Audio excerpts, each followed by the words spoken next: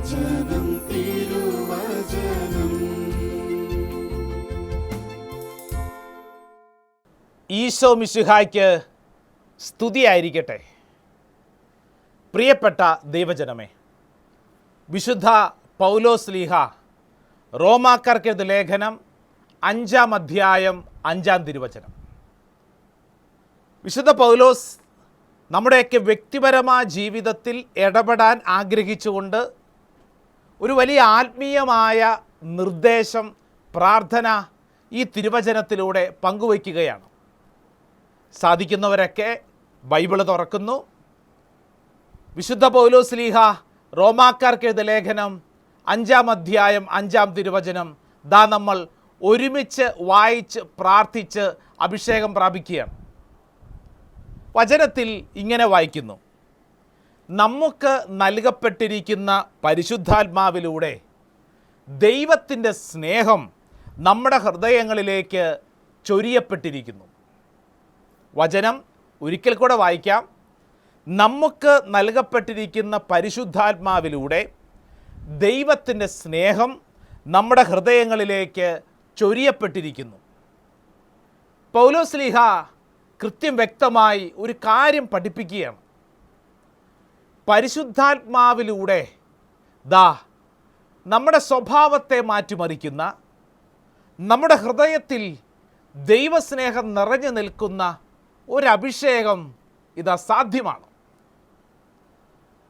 പരിശുദ്ധാത്മാവ് നമ്മുടെ സ്വഭാവത്തെ മാറ്റിമറിക്കുന്നു. ഇതിവിടെ പറഞ്ഞ് പ്രാർത്ഥിക്കുമ്പോൾ ഒരു കാര്യം നമ്മൾ ശ്രദ്ധിക്കണം. അതായത്, പണ്ടത്തെക്കാളും കൂടുതലായി പരിശുദ്ധാത്മാവിന് വേണ്ടി പ്രാർത്ഥിക്കുന്ന ഒരു ശൈലി നമുക്കൊക്കെ ഈ നാളുകളിലുണ്ട്. പ്രത്യേകിച്ച് കഴിഞ്ഞ നാളുകളിലെ പന്തക്കുസ്ത ഒരുക്ക ശുശ്രൂഷകൾ ശ്രദ്ധിച്ചാൽ മതി. ലോകമെമ്പാടും ദൈവജനം നീണ്ട ദിവസങ്ങൾ ഈസ്റ്ററിന് ശേഷം പന്തക്കുസ്ത അനുഭവത്തിനു വേണ്ടി കാത്തിരുന്നു പ്രാർത്ഥിച്ചു. ഒരുപക്ഷെ ഈ ശുശ്രൂഷയിൽ പങ്കെടുക്കുന്ന പലരും 10 ദിനങ്ങളിൽ നൊവേന പ്രാർത്ഥന, വ്യത്യസ്ത കൂട്ടായ്മകളിൽ ഓൺലൈൻ ശുശ്രൂഷ, ധ്യാന കേന്ദ്രങ്ങളിലെ ശുശ്രൂഷയിലൊക്കെ പങ്കെടുത്തവരാവാം. ഒരു ചോദ്യം ഇവിടെയുണ്ട്. ഇങ്ങനെയൊക്കെ പ്രാർത്ഥനയിൽ പങ്കെടുത്ത് പരിശുദ്ധാത്മാവിന് വേണ്ടി ദാഹിച്ചു, എന്നിട്ട് ഇപ്പോൾ എന്താണ് നിൻ്റെ അവസ്ഥ? ഇപ്പോൾ എന്താണ് നിൻ്റെ ഹൃദയത്തിൻ്റെ അവസ്ഥ? ഞാനിത് പറയുമ്പോൾ ഒരു സഹോദരിയുടെ മുഖം മനസ്സിൽ തെളിയുന്നുണ്ട്. അതായത്, നമ്മുടെ ധ്യാന കേന്ദ്രത്തിൽ 10 ദിവസത്തെ നീണ്ട പന്തക്കുസ്ത ഒരുക്ക ശുശ്രൂഷ നടത്തി. ഏകദേശം 250ഓളം പേര് 10 ദിവസം താമസിച്ച് ശുശ്രൂഷയിൽ പങ്കെടുത്തു എന്നു മാത്രമല്ല, ഡൽഹിയുടെ പല ഭാഗങ്ങളിൽ നിന്ന് ദൈവജനം ഓരോ ദിവസവും പല സമയങ്ങളായി വന്നു ചേർന്ന് പ്രാർത്ഥിച്ചു. അപ്പോൾ പന്തക്കുസ്ത അഭിഷേകം വലിയൊരു അനുഗ്രഹമായിരുന്നു. ഇതിൽ പങ്കെടുത്ത ഒരു സഹോദരി, ഈ സഹോദരി എന്നോട് ഇങ്ങനെ പറഞ്ഞു: അച്ഛാ, 10 ദിവസത്തെ പന്തക്കുസ്ത ശുശ്രൂഷ പങ്കെടുത്ത് കഴിഞ്ഞപ്പോൾ എനിക്കറിഞ്ഞുകൂടച്ചാ, എന്തെന്നില്ലാത്ത ഒരു പരിശുദ്ധാത്മാവിൻ്റെ അഭിഷേകം ലഭിച്ചിരിക്കുന്നു. എന്നിട്ട് ഈ സ്ത്രീ എന്നോട് കൂട്ടിച്ചേർത്തു: അച്ഛാ, ആരാധന സമയത്ത് കുളിര് കോരുന്ന പോലെ അനുഭവം. അച്ഛാ, പാട്ടൊക്കെ പാടിക്കൊണ്ടിരിക്കുമ്പോൾ, ആ ശുശ്രൂഷ നടന്നുകൊണ്ടിരിക്കുമ്പോൾ എന്തെന്നില്ലാത്ത ഒരു അനുഭൂതി. ഞാൻ പറഞ്ഞു, വളരെ നല്ല കാര്യം. പരിശുദ്ധാത്മാവ് സ്പർശിച്ച ചില അനുഭവങ്ങളാണ് സഹോദരി. സംസാരത്തിനിടയിൽ ഞാൻ ചോദിച്ചു, സഹോദരി മാത്രമേ വന്നുള്ളൂ? ഒരു മകനുണ്ടല്ലോ, അവനെ കണ്ടില്ലല്ലോ, ഹസ്ബൻഡിനെ കണ്ടില്ലല്ലോ, ഭർത്താവിനെ കണ്ടില്ലല്ലോ. അപ്പോൾ ആ സഹോദരി പറഞ്ഞു: അച്ഛാ, അവരൊന്നും ഈ ശുശ്രൂഷയ്ക്ക് താല്പര്യമില്ല. ഞാൻ പറഞ്ഞൊരു കാര്യം ചെയ്യ്, മകനെ ഒന്ന് വിളിച്ചോണ്ട് വരുമോ, എനിക്ക് അവനോടൊന്ന് സംസാരിക്കണം. അങ്ങനെ കഴിഞ്ഞ ദിവസം മകനെ കൂട്ടിക്കൊണ്ടുവന്നു. മകനോട് ഞാൻ അല്പസമയം വ്യക്തിപരമായി സംസാരിച്ചപ്പോൾ ഞാൻ അവനോട് ചോദിച്ചൊരു ചോദ്യം ഇതായിരുന്നു: നീ എന്തുകൊണ്ട് അമ്മയുടെ കൂടെ പ്രാർത്ഥനയ്ക്ക് വന്നില്ല? അപ്പോൾ അവൻ പറഞ്ഞ മറുപടി ഇങ്ങനെയാണ്: അച്ഛാ, എല്ലാ ദിവസവും എൻ്റെ വീട്ടിൽ വഴക്കാണ്. അച്ഛനറിയോ കാരണം എന്താന്ന്? പ്രാർത്ഥനയുടെ പേരിലാണ് എൻ്റെ വീട്ടിൽ വഴക്ക്. എൻ്റെ അമ്മ, അച്ഛാ, ഈ ധ്യാന കേന്ദ്രത്തിലൊക്കെ വന്ന് പ്രാർത്ഥിക്കുന്ന എൻ്റെ അമ്മ വാ തുറന്നാൽ അച്ഛാ എപ്പോഴും ചീത്തവാക്ക് പറയും. ചീത്തവാക്ക് പറയും എന്ന് മാത്രമല്ല, എപ്പോഴും ശപിക്കും. പ്രത്യേകിച്ച് ഈ പന്തക്കുസ്തായ്ക്ക് വേണ്ടിയുള്ള ദിനങ്ങളിൽ ഞങ്ങളെ വിളിച്ചു. അപ്പോൾ ഞാൻ പറഞ്ഞു ഞാൻ വരുന്നില്ല. അപ്പോൾ അച്ഛൻ എന്താ എന്നെ അമ്മ പറഞ്ഞെന്നറിയോ?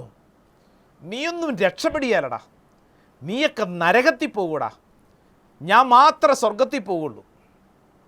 എന്നിട്ട് ഈ ചെറുക്കൻ എന്നോട് കൂട്ടിച്ചേർത്തു: അച്ഛാ, എൻ്റെ അമ്മ പോകുന്ന സ്വർഗത്തിൽ എനിക്ക് പോകണ്ട അച്ഛാ, എൻ്റെ അമ്മ പോകുന്ന സ്വർഗത്തിൽ എനിക്ക് പോകണ്ട അച്ഛാ, ഇത് മതി.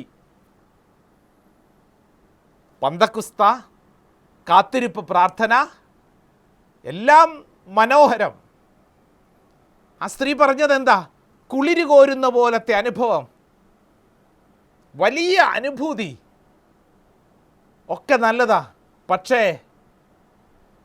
നമ്മുടെ സ്വഭാവത്തിൽ ഈ അനുഭൂതി അനുഭവമായി മാറുന്നുണ്ടോ? ഇതൊരു ഒറ്റപ്പെട്ട സംഭവമായിട്ട് കരുതണ്ട, മറിച്ച് ഇത് കേട്ടുകൊണ്ടിരിക്കുമ്പോൾ നമ്മുടെയൊക്കെ ഉള്ളിൽ അനേകം അനുഭവങ്ങൾ തെളിഞ്ഞു വരും. അനേകം അനുഭവങ്ങൾ. സ്വഭാവം മാറ്റാൻ തയ്യാറല്ല, വികാരങ്ങൾ മതി, അനുഭൂതി മതി. ഒരു സഹോദരൻ പ്രാർത്ഥനയ്ക്ക് വന്നിരിക്കുക. എന്നിട്ട് എന്നോട് പറഞ്ഞു: അച്ഛാ, ദിവസവും ഞാൻ ദേവാലയത്തിൽ പരിശുദ്ധ കുർബാനയിൽ പങ്കെടുക്കുന്നുണ്ട്, ദിവസവും. ഞാൻ അദ്ദേഹത്തെ കൈകൊടുത്ത് അഭിനന്ദിച്ചു. എന്നിട്ട് അദ്ദേഹം എന്നോട് പറഞ്ഞു: അച്ഛാ, എൻ്റെ വീട്ടിൽ ഒരു അൾത്താരയാണ് ഞാൻ പണിയാൻ ഉദ്ദേശിക്കുന്നത്, ഒരു അൾത്താര. അപ്പോൾ അൾത്താരയിൽ ഒരു പരിശുദ്ധ അമ്മയുടെ രൂപം വേണം. ഒത്തിരി നാളായി ഞാൻ അന്വേഷിച്ചുകൊണ്ടിരിക്കുക, പക്ഷേ എന്താണെന്നറിഞ്ഞുകൂടാ, ഒരു തടസ്സം പോലെ പരിശുദ്ധ അമ്മയുടെ രൂപം എൻ്റെ വീട്ടിൽ വരുന്നില്ല, അത് കിട്ടുന്നില്ല. അപ്പോൾ അച്ഛനൊന്ന് പ്രാർത്ഥിച്ചേ, ഈ തടസ്സം ഒന്ന് മാറട്ടെ. ഞാൻ അദ്ദേഹത്തിന് വേണ്ടി പ്രാർത്ഥിച്ചു. പ്രിയപ്പെട്ടവരെ, പ്രാർത്ഥിച്ചുകൊണ്ടിരുന്നപ്പോൾ ചില ചോദ്യങ്ങൾ ചോദിക്കാൻ എൻ്റെ ഉള്ളിൽ പരിശുദ്ധാത്മാവ് ചില ആലോചനകൾ സമ്മാനിച്ചു. അതിൽ പ്രകാരം ഞാൻ ചോദിച്ചപ്പോൾ ഒരു കാര്യം വ്യക്തമായി. ഇദ്ദേഹത്തിന് 2 ഭാര്യമാരുണ്ട്, 2 സ്ഥലങ്ങളിലായി. ഇപ്പോൾ താമസിക്കുന്നത് ഒറിജിനൽ അല്ല, ഡ്യൂപ്ലിക്കേറ്റിൻ്റെ കൂടെയാണ്. എന്ന് പറഞ്ഞാൽ വ്യഭിചാരം എന്ന് പറയുന്ന വലിയൊരു പാപത്തിലാണ്. ഞാൻ അതിനെക്കുറിച്ച് സംസാരിച്ചുകൊണ്ടിരുന്നപ്പോൾ അദ്ദേഹം പറഞ്ഞു: അച്ഛാ, അതൊക്കെ കുഴപ്പമുണ്ടോ അച്ഛാ, അതൊക്കെ കുഴപ്പമുണ്ടോ അച്ഛാ, അതൊക്കെ സാഹചര്യങ്ങളുടെ സമ്മർദ്ദം കൊണ്ട് സംഭവിച്ചു പോയതാ. ഇപ്പോഴുള്ള ഭാര്യയ്ക്ക് കാര്യങ്ങളൊക്കെ അറിയാം, പക്ഷേ ഒറിജിനൽ ഭാര്യയ്ക്ക് അറിഞ്ഞുകൂടാ തൻ്റെ ഭർത്താവ് മറ്റൊരു സ്ത്രീയോടൊപ്പമാണ് ജീവിക്കുന്നതെന്ന്. 2 കുടുംബങ്ങളിലായി മക്കളുണ്ട്. പരസ്പരം അറിയാതെ ഒരു അഡ്ജസ്റ്റ്മെൻറ്റിൽ കൊണ്ട് നടക്കുവാണ്. എല്ലാ ദിവസവും പള്ളിയിൽ പോകുന്നുണ്ട്, കുർബാനയിൽ പങ്കെടുക്കുന്നുണ്ട്. ഞാനൊരു അൾത്താര പണിയുന്നു, പരിശുദ്ധ അമ്മയുടെ രൂപം വേണം. പ്രിയപ്പെട്ടവരെ, നമ്മുടെ സ്വഭാവത്തിൽ മാറ്റമുണ്ടോ? നമ്മുടെ സ്വഭാവത്തിൽ നമ്മൾ പ്രാർത്ഥിക്കുന്ന പ്രാർത്ഥനകൾ മാറ്റം വരുത്തുന്നുണ്ടോ? ഇല്ലെങ്കിൽ എന്തോ അപാകതയുണ്ടെന്നല്ലേ അതിൻ്റെ അർത്ഥം. അനുഭൂതിയാണ്, വികാരമാണ്, അല്ലേ? ചില ശുശ്രൂഷയിലൊക്കെ പങ്കെടുക്കുമ്പോൾ നമുക്കുണ്ടാവുന്ന വികാരം, അല്ലേ? ഈ വികാരം അനുഭവ തലത്തിലേക്ക് കടന്നു വരുന്നുണ്ടോ? പന്തക്കുസ്തായ ശുശ്രൂഷയുടെ സൂം മീറ്റിംഗ് പ്രാർത്ഥനയിലാണ്. വലിയൊരു പ്രാർത്ഥനാ കൂട്ടായ്മയാണ്. അത് ഹോസ്റ്റ് ചെയ്യുന്ന ആൾ സമയം കഴിഞ്ഞപ്പോൾ ഓഫാക്കാൻ മറന്നുപോയി. എന്താ സംഭവിച്ചെന്നറിയോ? ഓരോ സ്ഥലങ്ങളിൽ ഇരുന്ന് പങ്കെടുക്കുന്നവർ വീഡിയോ ഓണാണ്, ക്യാമറ ഓണാണ്, അവരുടെ ഓഡിയോ കേൾക്കാം. കൊന്തചൊല്ലി പ്രാർത്ഥിച്ചു കഴിഞ്ഞപ്പോൾ അതിലൊരു ശുശ്രൂഷകൻ ഭാര്യയെ ചീത്ത വിളിക്കുന്നതാണ് സൂം മീറ്റിങ്ങിലൂടെ മറ്റുള്ളവർ കണ്ടുകൊണ്ടിരിക്കുന്നത്. എന്ന് പറഞ്ഞാൽ അത്രയും സമയം പ്രാർത്ഥിച്ചതിൻ്റെ ഒരു തരി പോലും അനുഭവതലത്തിലില്ലാതെ വികാരങ്ങളിൽ മാത്രം ഉൾക്കൊണ്ട് ജീവിക്കുന്ന അവസ്ഥ. ഇവിടെയാണ് റോമാക്കാർക്കെതിരെ ലേഖനത്തിൽ പൗലോസ്ലീഹ പഠിപ്പിക്കുന്ന വചനത്തിൻ്റെ പ്രസക്തി. Saint Paul's letter to Romans chapter 5 verse 5 വചനം പറയുന്നു, നമുക്ക് നൽകപ്പെട്ടിരിക്കുന്ന പരിശുദ്ധാത്മാവിലൂടെ ദൈവത്തിൻ്റെ സ്നേഹം നമ്മുടെ ഹൃദയങ്ങളിലേക്ക് ചൊരിയപ്പെട്ടിരിക്കുന്നു. പ്രിയപ്പെട്ടവരെ, പരിശുദ്ധാത്മാവ് നമ്മുടെ ഹൃദയത്തിൻ്റെ ജീവിത ശൈലികളെ മാറ്റിമറിക്കും, നമ്മുടെ നിലപാടുകളെ മാറ്റിമറിക്കും. അതിനാണ് പരിശുദ്ധാത്മാവ് നമ്മളെ ശക്തിപ്പെടുത്തുന്നത്. നമ്മുടെ സ്വഭാവത്തെ മാറ്റിമറിക്കണം. എന്നെ കേട്ടുകൊണ്ടിരിക്കുന്ന പ്രിയപ്പെട്ടവരെ, പല പ്രാർത്ഥനാ ഗ്രൂപ്പിലുള്ളവരുണ്ട്. ഒരുപക്ഷെ കുടുംബ പ്രാർത്ഥന മാത്രം ചൊല്ലി ജീവിക്കുന്നവരുണ്ടാവാം, ഒട്ടും പ്രാർത്ഥിക്കാത്തവരൊക്കെ ഉണ്ടാവാം. ഒരു കാര്യം ശ്രദ്ധിക്കണം, നമ്മൾ ചെയ്യുന്ന ഓരോ പ്രാർത്ഥനയും നമ്മുടെ സ്വഭാവത്തെ മാറ്റിമറിക്കുന്ന പ്രാർത്ഥനയായിട്ട് മാറട്ടെ. വികാരങ്ങളിൽ തളച്ചിടുന്നതല്ല, മറിച്ച് അനുഭവ തലത്തിലേക്ക് വരുന്ന, കാഴ്ചപ്പാടുകളെ മാറ്റിമറിക്കുന്ന, ചിന്താഗതികളെ മാറ്റിമറിക്കുന്ന, ദുശീലങ്ങളെ മാറ്റിമറിക്കുന്ന, ജീവിതത്തിൻ്റെ സകല കെട്ടുകളും പൊട്ടിക്കുന്ന പരിശുദ്ധാത്മ ശക്തി.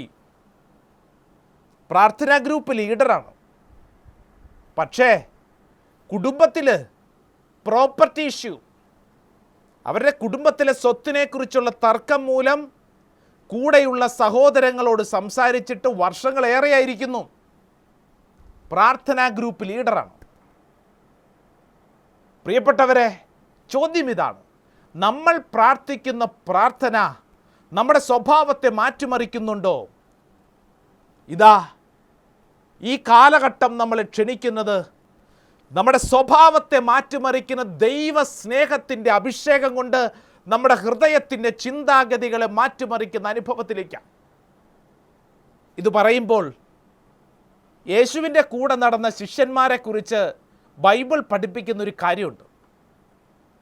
ലൂക്കാസ് വിശേഷം 6-ാം അധ്യായം 12 മുതലുള്ള വചനത്തിൽ ശിഷ്യന്മാരെ നമ്മുടെ മുമ്പിൽ പരിചയപ്പെടുത്തുന്നുണ്ട്.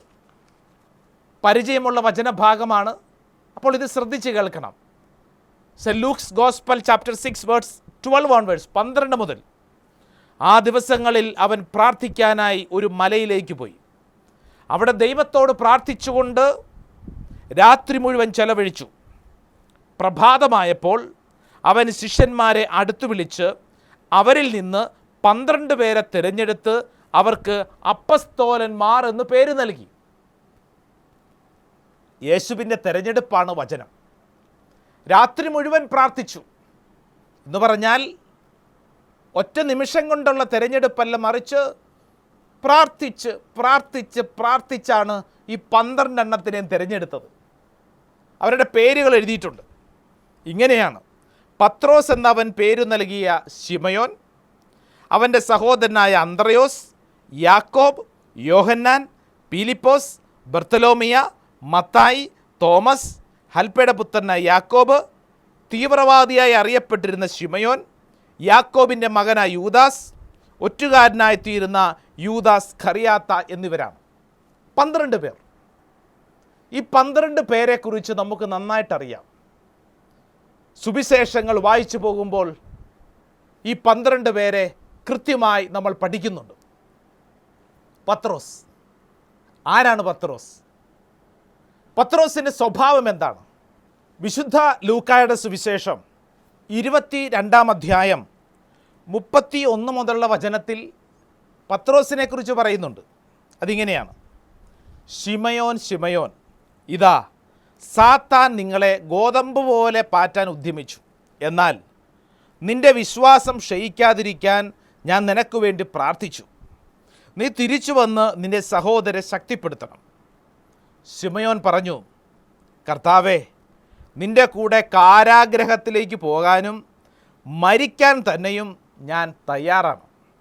അവൻ പറഞ്ഞു, പത്രോസേ, ഞാൻ നിന്നോട് പറയുന്നു, നീ എന്നെ അറിയുകയില്ല എന്ന് 3 പ്രാവശ്യം നിഷേധിച്ചു പറയുന്നതിന് മുമ്പ് ഇന്ന് കോഴി കൂവുകയില്ല. നമുക്കറിയാം എന്ത് സംഭവിച്ചെന്ന്. പത്രോസ് ഈശോയോട് പറയുക, ഈശോയെ, എവിടെ വേണമെങ്കിലും ഞാൻ നിൻ്റെ കൂടെ വന്നോളാം. എവിടം വരെ? കാരാഗ്രഹത്തിലാണോ? ഞാൻ വന്നോളാം. ഇതാണ് പത്രോസ്. പത്രോസ് നമ്മളെപ്പോലെയാണ്, വലിയ ആവേശ, പക്ഷേ കാര്യത്തോടടുക്കുമ്പോൾ ഓടിക്കളയും. നമുക്കും അങ്ങനെയാണല്ലോ, എന്തൊരു ആവേശ പല കാര്യങ്ങളിലും. ആവേശം മാത്രമേ ഉള്ളൂ. അനുഭവ തലത്തിൽ പലപ്പോഴും പത്രോസ് പരാജയപ്പെട്ട ഒരു വ്യക്തിയാണ്.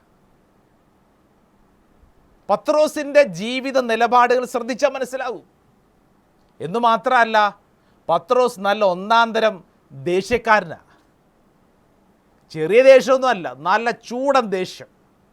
നമ്മൾ ചിലരെക്കുറിച്ചൊക്കെ പറയത്തില്ലേ, മൂക്കത്ത് ശുണ്ടി എന്ന് പറയും, അതുപോലെയാണ്. അടുത്ത് പോയാൽ മതി, അരിഞ്ഞു കളയും. യോഹന്നാൻ്റെ സുവിശേഷം 18-ാം അധ്യായം അതിൻ്റെ 10-ാം തിരുവചനത്തിൽ നമ്മളിങ്ങനെ വായിക്കുന്നു. Saint John's gospel chapter 18 words 10. 18-ന്റെ 10-ാം തിരുവചനത്തിൽ നമ്മൾ വായിക്കുന്നത് ഇപ്രകാരമാണ്: ശിമയോൻ പത്രോസ് വാൾ ഊരി പ്രധാന പുരോഹിതൻ്റെ ഭൃത്യനെ വെട്ടി അവൻ്റെ വലത്തു ചെവി ഛേദിച്ചു കളഞ്ഞു. ആ ഭൃത്യൻ്റെ പേര് മാൽക്കോസ് എന്നായിരുന്നു. ശിമയോൻ പത്രോസ് വാളൂരി വെട്ടി. ദേഷ്യം വന്നു കഴിഞ്ഞാൽ പത്രോസിന് പിന്നെ പിടിച്ചാൽ കിട്ടൂല. വാളൂരി വെട്ടിയവൻ ഒരുത്തൻ്റെ ചെവി ഛേദിച്ചു കളഞ്ഞു. അത്രമേൽ ദേഷ്യമുണ്ട്. പത്രോസ് മാത്രമല്ല, 12 ശിഷ്യന്മാരെ കുറിച്ച് ഓർത്ത് നോക്കിക്കേ. ആരാ മെച്ചം? മാത്യു അല്ലേ? മത്തായി ചുങ്കക്കാരനാണ്, ചുങ്കം പിരിക്കുന്നവൻ, ദാദാ പിരിവ് നടത്തുന്നവൻ.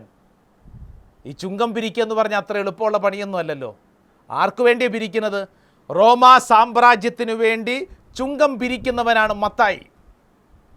ആരും കൊടുക്കാൻ തയ്യാറല്ല, പിടിച്ചു മേടിക്കണം.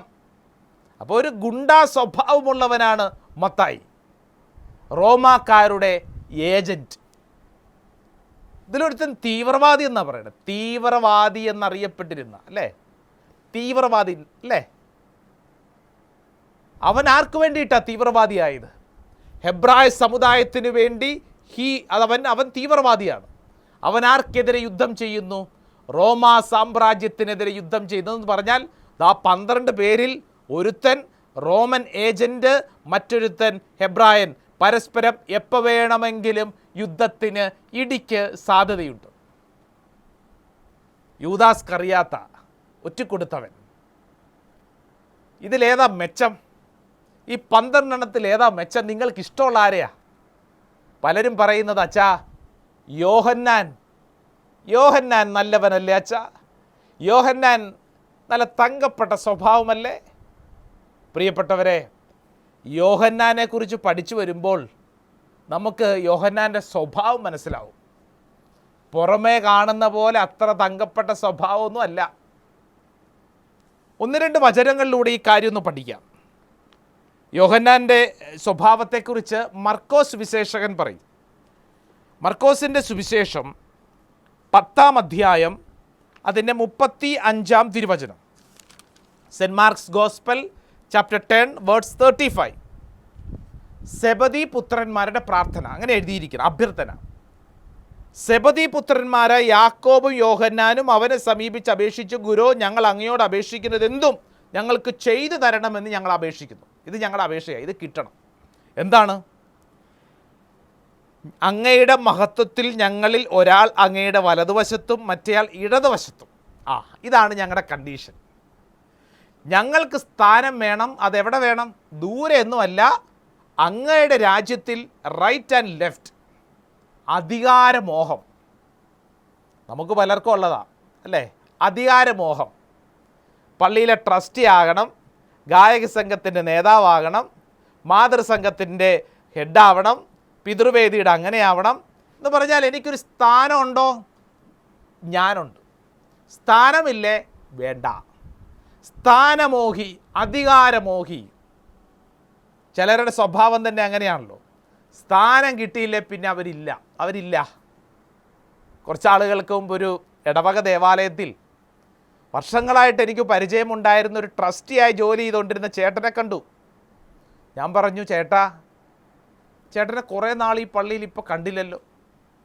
അതച്ഛാ ഞാൻ ട്രസ്റ്റി അല്ലായിരുന്നല്ലോ, അതെ ഞാൻ വീണ്ടും ട്രസ്റ്റി ആയിട്ട് നിയമിതനായി. അപ്പോൾ കുറേ നാൾ ഞാൻ ട്രസ്റ്റി അല്ലാതിരുന്നു, അതുകൊണ്ട് ഞാൻ വന്നില്ല. സ്ഥാനമുണ്ടോ എങ്കിൽ പള്ളി വരും. സ്ഥാനമോഹം. യോഹന്നാൻ്റെ സ്വഭാവത്തിൽ അങ്ങനെയുള്ള ഒരു സ്വഭാവ ശൈലി ഉണ്ടായിരുന്നു. മറ്റൊരു വചനം വായിക്കാം. അത് മർക്കോസിൻ്റെ തന്നെ സുവിശേഷം 9-ാം അധ്യായം 38-ാം തിരുവചനമാണ്. 38-ാം തിരുവചനം. യോഹന്നാൻ അവനോട് പറഞ്ഞു, ഗുരോ, നിന്റെ നാമത്തിൽ പിശാചുക്കളെ പുറത്താക്കുന്ന ഒരാളെ ഞങ്ങൾ കണ്ടു. ഞങ്ങൾ അവനെ തടഞ്ഞു, കാരണം അവൻ നമ്മളെ അനുഗമിച്ചില്ല. യേശു പറഞ്ഞു, അവനെ തടയേണ്ട. ഒരുവനെ എൻ്റെ നാമത്തിൽ അത്ഭുത പ്രവൃത്തി ചെയ്യാനും ഉടനെ എന്നെക്കുറിച്ച് ദൂഷണം പറയാനും സാധിക്കില്ല.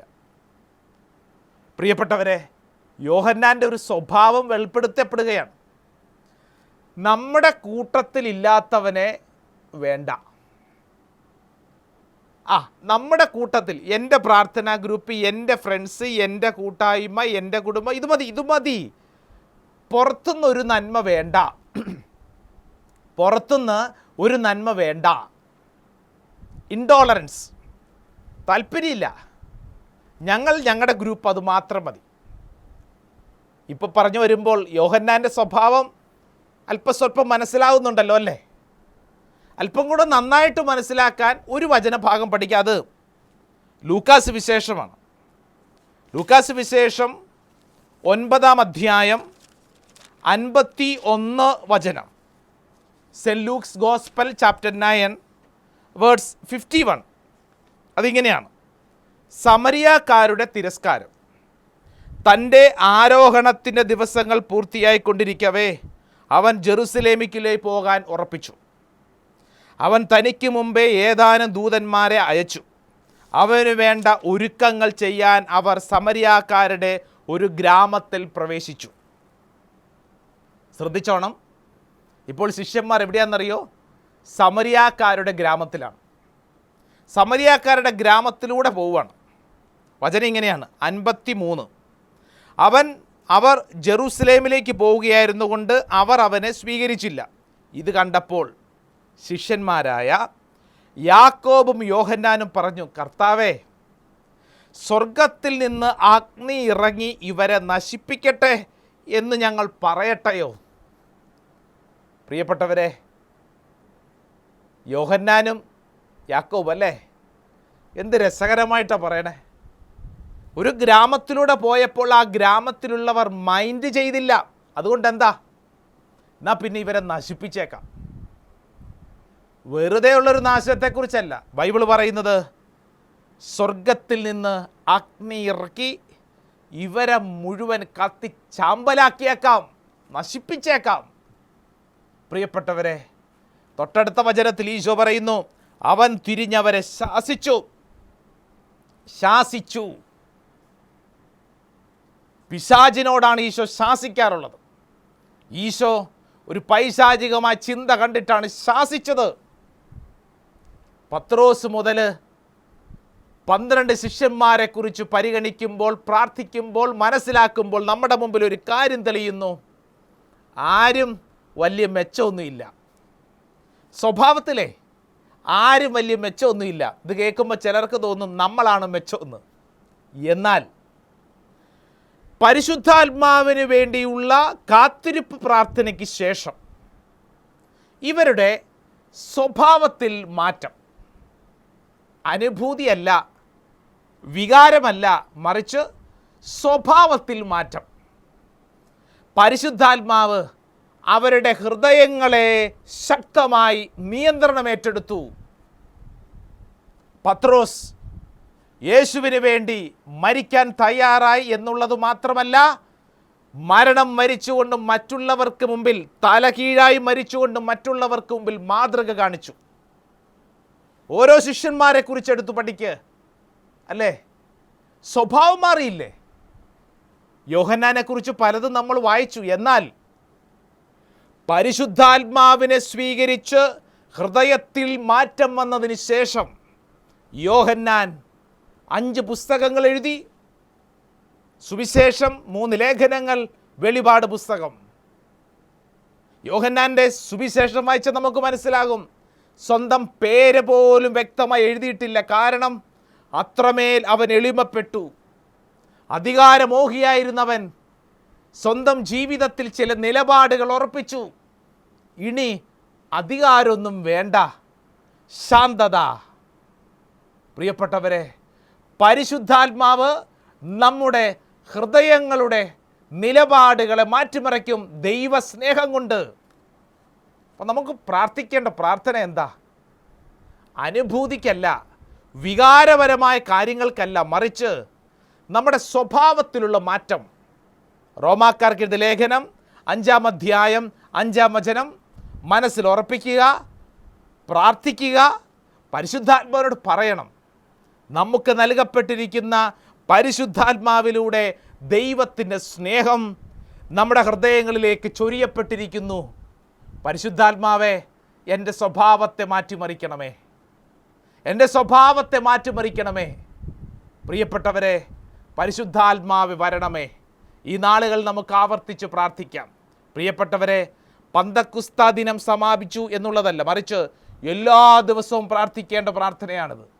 പരിശുദ്ധാത്മാവ് വരിക. എന്തിനു വേണ്ടി? വികാരങ്ങൾക്കല്ല, മറിച്ച് അനുഭവതലത്തിൽ ദൈവസ്നേഹം നിറഞ്ഞു നിൽക്കുന്ന ഒരു ഹൃദയത്തിൻ്റെ ഉടയമ്മയാവാൻ ഇതാ പൗലോസ്ലീഹ നമ്മളെ ക്ഷണിക്കുകയാണ്. നമുക്ക് ഒരുമിച്ച് പ്രാർത്ഥിക്കാം. പരിശുദ്ധാത്മാവേ, ഞങ്ങളുടെ സ്വഭാവങ്ങളെ മാറ്റിമറിക്കണമേ, ദൈവസ്നേഹം കൊണ്ട് നിറയ്ക്കണമേ. തീർച്ചയായും അതിനുള്ള കൃപ സർവശക്തനായ ദൈവം നമുക്കെല്ലാവർക്കും ചൊരിയട്ടെ എന്ന് പ്രാർത്ഥിക്കുന്നു. ആമേൻ.